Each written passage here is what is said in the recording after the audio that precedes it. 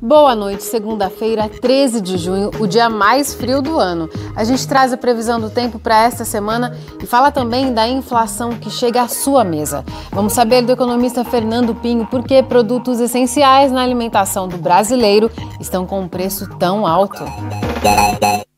O leite subiu 20% no último ano. Produtores culpam o preço da ração do gado, que disparou com o dólar.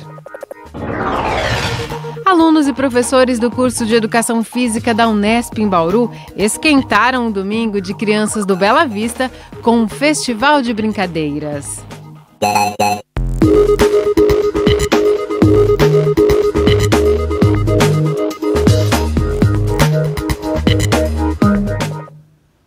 Quem vai sempre ao supermercado sabe que o preço do leite não para de subir. Nos últimos 12 meses, o acumulado já é de 20%. Nós conversamos com produtores aqui da região e eles contam que a alta começa lá na ponta da cadeia, na alimentação dos animais, que está mais cara por causa do dólar. Para o consumidor, tá difícil de manter o leite todo dia na mesa. Dona Malvina veio comprar leite e se assustou com os preços. Também pudera, basta uma caminhada rápida no setor destinado ao produto em qualquer supermercado para entender a reação da pensionista. É impossível encontrar o leite por menos de R$ 3,00 o litro. Está muito caro. Nossa, está caro. Eu sou viúva, ganho salário e tenho que pagar luz, água, telefone e mais coisa. E comprar o necessário só. Esse aposentado já aprendeu. Para encontrar leite com preço mais em conta, percorre os supermercados da cidade em busca da melhor promoção. Normalmente eu compro sempre em promoção. Felizmente eu não deixo de tomar porque ele sobe, porque realmente de manhã eu só tomo leite com café. Meia xícara de leite e meia xícara de café. De acordo com dados do IPCA, o índice oficial da inflação no país, o preço do litro em maio subiu 3,45% em relação a abril. E a alta acumulada nos últimos 12 meses é de 19,33%. Segundo o representante da APAS em Bauru, o principal fator para a disparada no valor do produto é a alta do dólar. E o setor admite que tem sido difícil não repassar os aumentos sucessivos para o consumidor. A gente sempre tenta manter um estoque regulador, né? A gente compra antes de subir, sempre. Aí a gente vai repassando aos poucos para não assustar o cliente e também não ficar um preço abusivo. Hoje, por exemplo, o preço que eu vendo eu não consigo mais comprar. Eu não pode ficar sem leite, é difícil ficar. Mas mesmo assim a pessoa troca de marca, ou compra menos, outras opções, né? Elas buscam as outras opções do leite, né? Na outra ponta da cadeia produtiva, esse pecuarista confirma: o preço do dólar praticamente dobrou os custos de produção do leite entre 2015 e 2016. Isso porque a ração dada para o gado leiteiro tem o milho e a soja como bases, produtos que são cotados na moeda americana. 70% do custo de produção é em torno da comida do gado, né? A energia elétrica e o óleo diesel usado nos maquinários também ficaram mais caros, isso sem falar nas condições climáticas. Na época do inverno, a alimentação chega a ser 70% em coxos como esse e só 30% no pasto. No inverno, não há uma produção farta do capim, né? Em decorrência do fotoperíodo, que os dias são mais curtos, o capim produz menos energia, em decorrência da baixa fotossíntese. E questão de temperatura também, né? Então, no inverno, a comida a pasto ela é quase insignificante, é quase que 70% é só no coxo, porque senão os animais perecem. Keller, que é presidente da Associação dos Produtores de Leite de Bauru, explica que é justamente o custo elevado da produção do leite que tem diminuído o número de pecuaristas que investem no setor. Ele mesmo já reduziu pela metade o tamanho do rebanho leiteiro. Com os preços altos dos insumos para produzir o leite, a maioria dos produtores de leite acabam migrando para outra atividade que está sendo melhor remunerado. É o caso da pecuária de corte, que hoje ela é mais rentável que a pecuária de leite, e até a produção de grão hoje é melhor do que a pecuária de leite. Hoje, a pecuária de leite está sendo muito sacrificada, né? Ao contrário de Keller, Marcos aposta no gado leiteiro. Ele gerencia essa fazenda com mais de 340 cabeças e a produção média por dia chega a 800 litros. O diferencial é que o leite produzido aqui é do tipo A e os laticínios da região que compram um produto pagam em média cerca de R$ 1,40 pelo litro. O bom preço e a perspectiva de valores ainda maiores fazem com que a produção leiteira seja vantajosa. O gado leiteiro, os outros falam assim que não dá lucro, mas o gado que dá mais lucro é o gado leiteiro, se você souber mexer. Porque assim, além de você ter um bezerro, você tem o leite que você produz todo mês, você põe na ponta do lápis, o gado de corte não dá igual o gado leiteiro. Mas Marcos admite a alta do preço da ração e da energia elétrica usada no processo de ordenha mecânica impactam os custos de produção. Aumentou tudo, aumentou a energia, aumentou o cereal que você tem que comprar. Aí, Modoto, você tem que trabalhar enxugando as coisas, né? Com essa crise, então, o consumidor não adianta pensar que vai diminuir o preço do leite, porque não vai. Não, vai subir mais ainda. Próximo bloco, a gente conversa com o economista Fernando Pinho sobre essa alta no preço dos alimentos e sobre as possibilidades de recuperação da economia do país. Voltamos num instante só. Voltamos e a gente continua a falar sobre a alta no preço dos alimentos. Vamos saber se a inflação tem a ver também com o aumento das exportações no país. Recebemos em nosso estúdio o economista Fernando Pinho. Fernando, muito obrigada por sua presença aqui no Nesp Notícias. Boa noite a todos. Boa noite. Muito obrigado. A gente viu essa questão do leite, são vários fatores, né? Menos gente produzindo, o preço do dólar impactou muito a questão da alimentação dos animais. E só que, se a gente acompanhar, tem outros produtos que fazem parte da alimentação básica do brasileiro que estão com preço muito alto também. Sim. A gente tem o feijão, que subiu cerca de 40% no último ano, a batata 50% só neste ano. Existe um fator comum que explica essa alta no preço desses produtos? Bom, nós não podemos esquecer que todos esses produtos são impactados, né, pelos insumos, não só insumos agrícolas, que são cotados em bolsas internacionais, como também os insumos internos, como por exemplo energia elétrica, óleo combustível, custo das máquinas, salários, quer dizer, existe todo um agregado de coisas que faz com que os preços subam. Agora, nós tivemos uma inflação que ficou represada durante 2 ou 3 anos, certo? E essa inflação hoje está aparecendo. Ela foi artificialmente contida, como todos sabem, com objetivos puramente eleitoreiros, e agora o resultado está aí, né? Quer dizer, uma alta de preços que já era esperada, já numa magnitude bastante acentuada, né?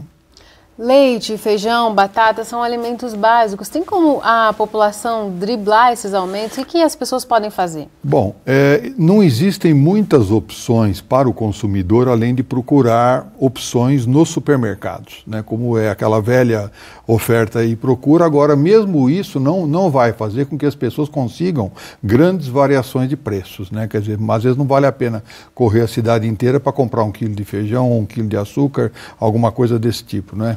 Mas vale se pesquisar, porque é a única maneira que as pessoas têm de fazer alguma economia, já que elas não têm como deixar de consumir esses insumos, quer dizer, esse tipo de alimentação que é básico para os brasileiros todos, né? Não há muito como fugir disso, né?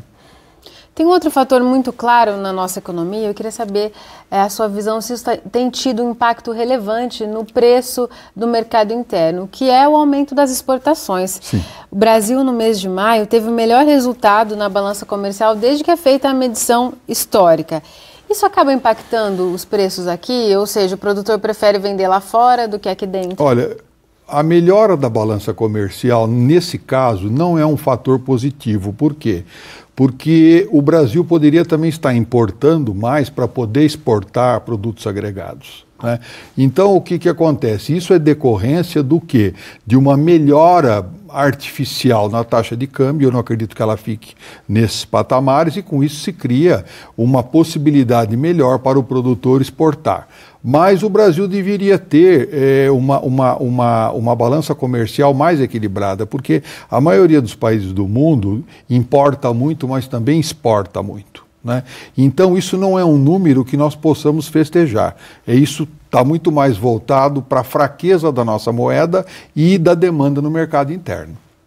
Que a balança é o resultado, né, dessa diferença entre o que você compra e o que você vende. Importações, exportações, serviços, e de uma maneira geral é isso, não é? É um conceito básico, mas é facilmente compreensível, não é? E o dólar, ele deve continuar em alta e pressionando a inflação aqui no Brasil? Olha, hoje existem alguns fatores que estão movendo a taxa de câmbio para cima ou para baixo, ou estabilidade, aí dependendo do dia. Primeiro é a possibilidade de, que agora já ficou um pouco mais distante, de subida da taxa de juros nos Estados Unidos, porque havia a expectativa de que a economia americana estava se aquecendo, e parece que está se aquecendo, mas não vai gerar uma necessidade imediata de se fazer um realinhamento da taxa de juros nos Estados Unidos, quer dizer, no sentido de subir a taxa de juros. Por outro lado, também nós temos aqui um fator interno da maior gravidade, que é a instabilidade política, que não existe nenhuma formulação econômica que consiga avaliar qual vai ser o impacto disso daqui a um mês, 2 meses ou 3 meses. Então, nós temos essas duas variáveis, além de um governo dito de transição, que nós não sabemos como é que as coisas vão ficar, por quê? Ele tem uma equipe econômica de primeira linha, sem dúvida alguma, só que depende do Congresso e de um partido extremamente desgastado, que é o PMDB, onde a maioria dos seus altos integrantes estão com sérios problemas na justiça. E eles podem ser presos a qualquer momento, e outras figuras aí de proa aí da política brasileira. Quer dizer, vai depender muito de tudo isso, desse desenrolar da Operação Lava Jato, principalmente, né? E tem alguma medida do ministro Henrique Meirelles que já pode surtir impacto na recuperação da economia ou não? As principais medidas ainda vão ser votadas no Congresso? É óbvio que existe uma série de intenções. Se essas intenções se materializarem, sem dúvida alguma, nós vamos ver uma melhora no curto prazo, até porque já existe um ânimo de consumo melhor. Alguns setores, por exemplo, financiamento de veículos, já começou a se mover positivamente, né? Já existe uma certa demanda de crédito para pequenas compras que não havia há um mês atrás, mas ainda é muito pouco em função da necessidade de reativação da economia, porque a economia está parada, né? O que existe são o quê? São esperanças, né, de que as coisas possam se mover de uma maneira positiva, mas vai depender do ânimo do Congresso em votar medidas duras, como, por exemplo, as mudanças nas regras de previdência social, né? E isso é uma coisa que tem que ser feita imediatamente, é uma coisa muito dolorosa, mas vai ajudar a conter uma sangria no caixa do governo anualmente, que está ficando insuportável, né? Então isso, e também a desvinculação das receitas da União, que é uma decisão política que vai ter que ser tomada, que vai ter sérios impactos econômicos positivos, porque vai fazer com que o país, no longo prazo, gaste menos naquilo que não for tão necessário, e nós possamos usar esse dinheiro para aquilo que imediatamente é mais útil para a economia, como, por exemplo, investimentos em infraestrutura, em construção civil, que seria hoje uma saída mais inteligente para que o mercado pudesse começar a se recuperar mais rapidamente, né? São essas medidas que devem ser apreciadas nesta semana pelo Congresso, que fixam o limite de gastos do governo? Sim, exatamente. Quer dizer, vai ser um limite dinâmico, né? Que vai depender do quê? Da arrecadação e do crescimento do PIB, que é o que se pratica no mundo inteiro. E é a lógica. Quer dizer, eu só posso gastar aquilo que eu ganho, certo? Para que a dívida pública também não aumente, né? Porque senão, à custa de endividamento, nós vamos fazer exatamente a mesma coisa que estava fazendo o governo anterior, né? Que acabou redundando nesse desastre econômico que nós estamos passando agora, né? Tá certo, Fernando Pim. Muito obrigada por aprofundar essas questões aqui. Ok, muito obrigado. A seguir, a gente vai saber até quando vai esse friozão, e você vai ver também. Um festival de brincadeiras agitou o domingo de crianças no Jardim Bela Vista. A atividade foi promovida por alunos do curso de Educação Física da Unesp. Já voltamos num instante só. A Secretaria Municipal de Saúde de Bauru confirmou na noite de sexta-feira mais um caso de Zika vírus no município. É uma grávida de 28 anos com 23 semanas de gestação. Ela está sendo acompanhada pela Rede Municipal de Saúde. Este é o 4º caso de Zika vírus neste ano. A doença é transmitida pelo mosquito Aedes aegypti, o mesmo da dengue. Hoje foi o dia mais frio do ano em Bauru.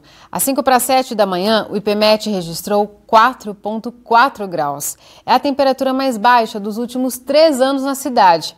Vamos saber então se nos próximos dias a gente vai passar menos frio por aqui. Os detalhes no boletim do IPMET.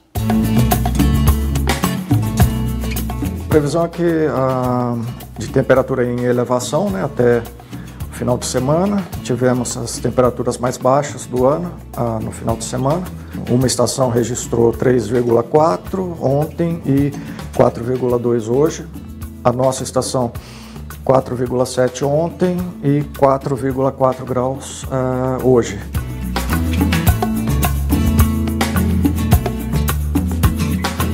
Normal para a estação, né, do ano, e nessa época do ano, quando sistemas frontais, né, frentes frias, passam aqui sobre o estado de São Paulo e derrubam a temperatura, né. A previsão climática indica inverno normal, né, até o momento. Nem mais frio, nem mais quente que o normal.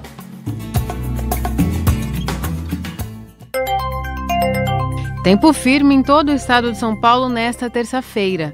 As temperaturas continuam baixas, mas já devem registrar uma ligeira elevação. Bauru também segue com tempo aberto e frio. Agora a umidade do ar é de 44%. Os ventos sopram fracos, a 5 km por hora. Hoje você já viu que a mínima foi de 4 graus e a máxima ficou em 19. Amanhã os termômetros devem variar entre 7 e 21 graus. Com esse frio todo, tem que se mexer para esquentar. Foi o que fez uma turma de crianças do Jardim Bela Vista neste domingo. Elas foram presenteadas com um festival de brincadeiras promovido por alunos e professores do curso de Educação Física da Unesp em Bauru. O evento já está na 4ª edição, sempre com essa ideia de levar atividades de lazer para diferentes bairros da cidade. Até parece coisa de criança, pular corda, derrubar lata, pescaria. Mas essas brincadeiras são levadas a sério por aqui. O Festival Comunidade Lúdica foi programado e conduzido por alunos do 2º ano do curso de Educação Física da Unesp. E é uma forma de preparar esses futuros profissionais para atuar na área de recreação e lazer. Surgiu de pensar a importância da universidade, né? O retorno que a universidade tem que dar para a comunidade, né? Então, é trabalhado vários conhecimentos nas disciplinas, né? Nas suas disciplinas. E quando os alunos organizam esse festival, esse conhecimento que eu adquiro dentro da universidade, como que eu faço para colocá-lo em prática, né? Este ano, as atividades do festival foram trazidas para o Centro Social Urbano no Jardim Bela Vista. Teve o apoio da Secretaria Municipal de Bem-Estar Social e de uma organização sem fins lucrativos. Nós trabalhamos com resgate de vínculos familiares e comunitários e essas parcerias são muito importantes para o nosso trabalho. Também contribuem para evitar que essas crianças possam estar em situação de risco, em situação de vulnerabilidade na rua, né? Durante o festival, as crianças puderam participar de diversas atividades, como shows de mágica, jogos de tabuleiro, acompanhar os passos da zumba e aprender um pouco sobre o malabares. E não parou por aí. Também teve muita pipoca, cachorro-quente e paçoca. Quem aceitou o convite gostou da ideia. Tô achando muito legal, gostoso e divertido. Já brinquei de pesca, já derrubei todas as latinhas e já brinquei de pular corda já. Não tivesse essa atividade, que você ia estar fazendo agora? Assistindo TV em casa. Aqui é melhor? Bem melhor. E se foi divertido para a criançada, para os alunos que participaram de todas as etapas do festival, desde a organização até a realização das atividades, foi uma oportunidade e tanto para o conhecimento visto em sala de aula ser colocado em prática. E, claro, ter contato direto com o público que um dia irão trabalhar. A gente vê na prática, né, como que a gente adapta as coisas, como que as coisas funcionam mesmo. Porque você na sala de aula e você imaginar que vai ter uma brincadeira de corda ou vai ter uma barraquinha de latas, é bem diferente do que você tá ali, né, você tá vendo a dinâmica das coisas, porque você imagina que todas as crianças vão estar distribuídas igualmente em cada atividade, só que não é bem isso que acontece. O trabalho social eu acho que faz parte da nossa atividade, da nossa formação e estou adorando. O ganho não é só profissional, creio que seja muito pessoal também. na concretização desse projeto que começou pequeno e a gente conseguiu dar uma dimensão muito maior a isso tudo. E a gente espera que os outros anos também possam fazer esse processo todo, esse trabalho todo. E antes de encerrarmos esta edição, anote aí uma dica para você que também tem filho em casa e está sempre em busca de programação cultural. Começam amanhã as inscrições para mais uma edição do curso de férias do Zoológico de Bauru. São 3 opções para faixas etárias diferentes, dos 4 aos 6 anos, com 40 vagas, dos 7 aos 10, com 36 vagas, e dos 11 aos 15 anos, também com 40 vagas. O tema deste ano vai ser Extinção Animal, Causas e Consequências. Se interessou? Tem até quinta-feira para fazer a pré-inscrição no Centro de Educação Ambiental do Zoo. As vagas vão ser sorteadas no sábado. Mais informações pelos telefones 3231-2632 e 3206-5229. As atividades começam no dia 5 de julho. Por hoje é isso, o Unesp Notícias volta amanhã às 7 da noite, ao vivo. Tchau! Thank you.